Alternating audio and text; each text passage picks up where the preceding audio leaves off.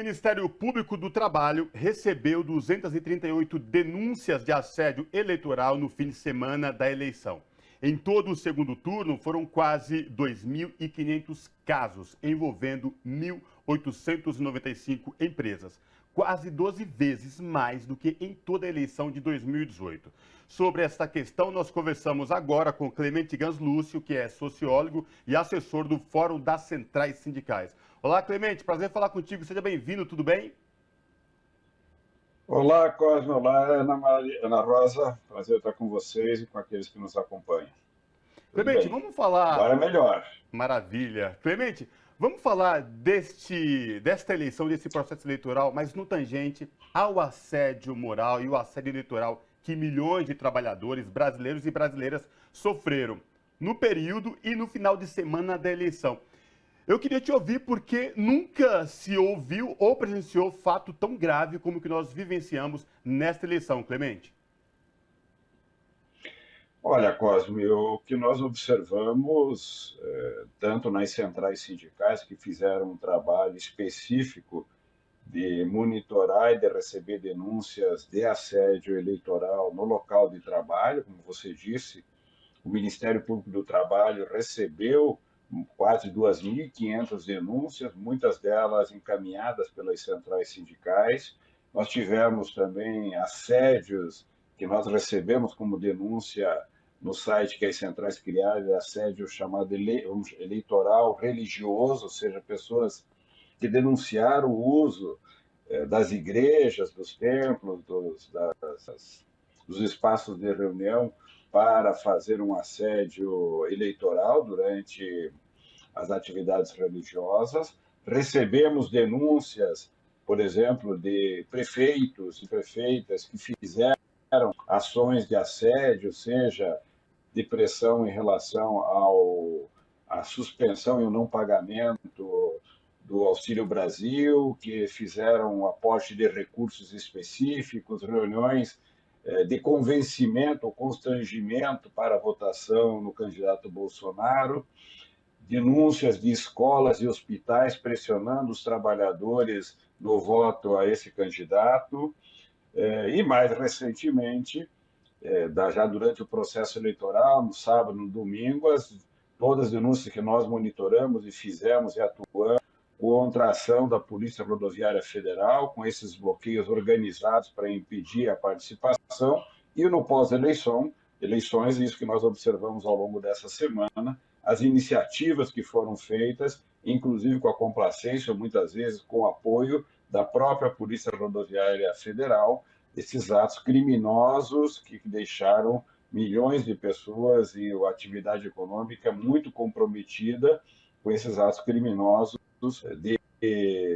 desrespeito ao processo eleitoral, desrespeito às instituições, agressão às instituições e atitudes fascistas, como nós observamos em tantos vídeos que circularam na internet. Então, é muito gravíssimo tudo o que aconteceu de ataque ao processo eleitoral, todos os ataques que vieram também no sentido de usar a máquina do Estado para garantir a reeleição do presidente, portanto, tudo feito fora de tudo aquilo que é o parâmetro constitucional e legal no Brasil, do processo eleitoral, portanto, um processo profundamente desigual, com o uso jamais visto do Estado, com o uso jamais visto das estruturas das empresas, das escolas, de igrejas, visando garantir a reeleição de um candidato,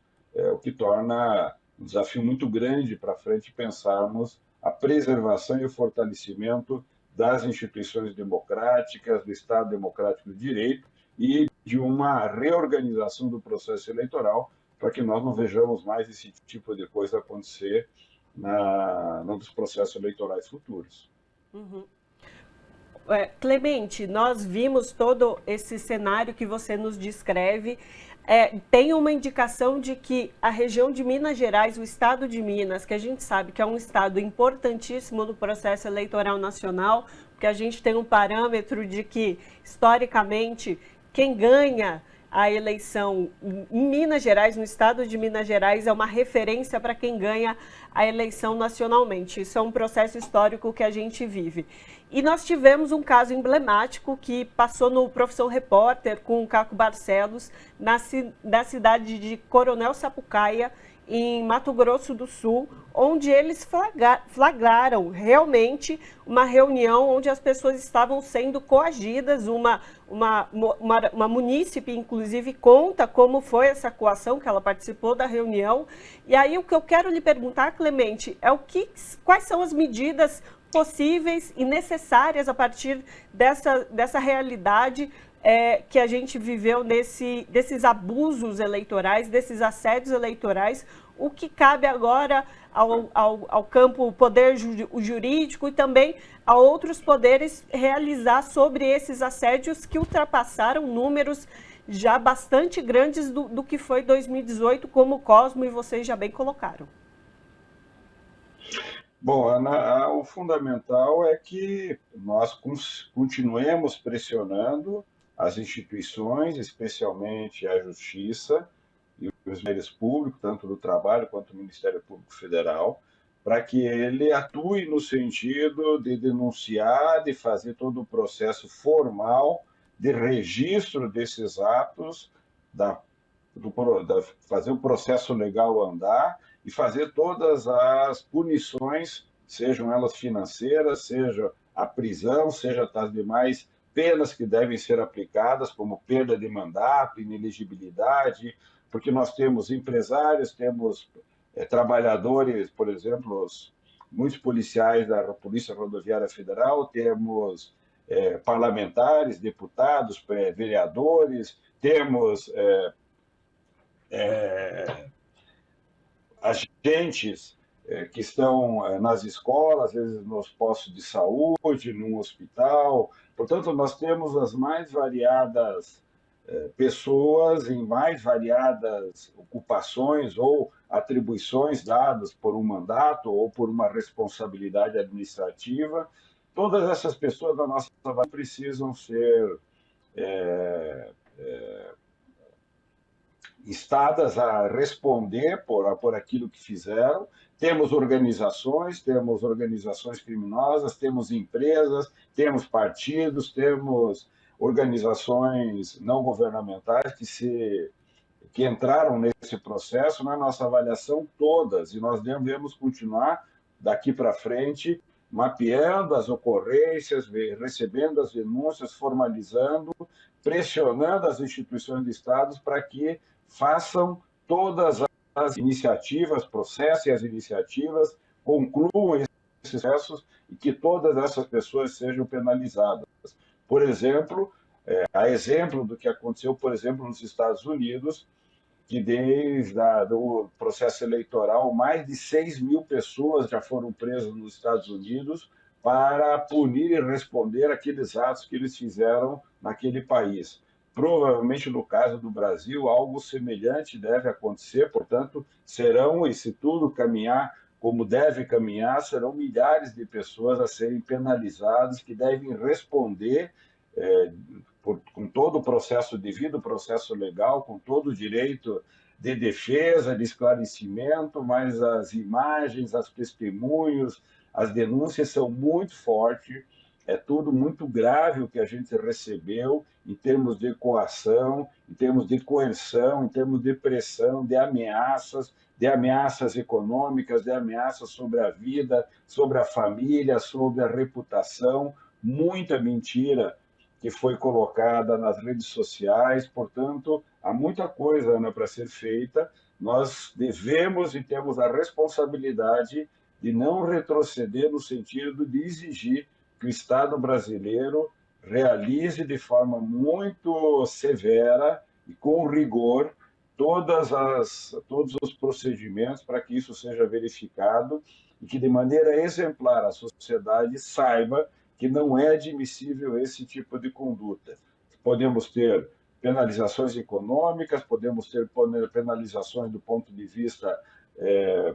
da retirada de direitos, porque a penalização provavelmente pode resultar em perda de mandato, se for um parlamentar ou um prefeito, e temos as penalizações da imagem. Empresas, organizações devem ser denunciadas publicamente para que a sociedade saiba quais são as empresas que estão sendo usadas para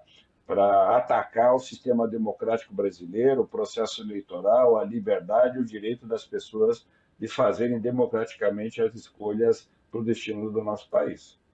Agora, Clemente, se por um lado teve esse processo exorbitante, criminoso de assédio eleitoral e moral aos trabalhadores, há de se destacar o papel das centrais sindicais da representação dos trabalhadores. Porque no primeiro momento que se ficou sabendo que veio a público essas denúncias de assédio, as centrais sindicais foram para cima, foram até Brasília, ao Tribunal Superior Eleitoral, se reuniram com autoridades e continuam trabalhando nessa questão. E isso é o que a gente sabe, é que veio a público, sem falar o que não ficou sendo explícito nem chegou aí ao conhecimento da população. Se não fosse esse trabalho efetivo, duro, para coibir das centrais sindicais, poderia ter sido muito mais grave, né, Clemente? Exato, Cosme. O trabalho que as centrais sindicais fizeram desde o momento que o problema começou a acontecer, como você disse, fomos ao Ministério Público Federal, ao Ministério Público Federal e ao Ministério Público do Trabalho, tivemos reuniões com os procuradores gerais, fomos ao ministro Alexandre também denunciar o que estava acontecendo, propusemos medidas, muitas delas encampadas e encaminhadas por esses órgãos, pelos ministérios públicos e pela própria TCE, pelo Tribunal Superior Eleitoral, medidas que foram fundamentais, articuladas com os sindicatos, muitos sindicatos foram para a linha de frente para tratar da questão. Não é uma questão simples, como eu disse, os trabalhadores e as trabalhadoras têm muito receio de fazer a denúncia, porque sabem que vão ser perseguidos, é muito severo aquilo que acontece muitas vezes no chão da empresa, o assédio é um assédio moral, é muito violento muitas vezes, portanto, os cuidados todos precisam ser feitos para proteger as pessoas. Mas também, Cosme, é importante registrar o papel que vocês da imprensa, a imprensa nacional, seja a grande imprensa, as redes sociais, os mais variados jornais, nas mídias sociais, toda a imprensa, em todos os níveis, fez um trabalho espetacular de denúncia, iniciativas de verificação,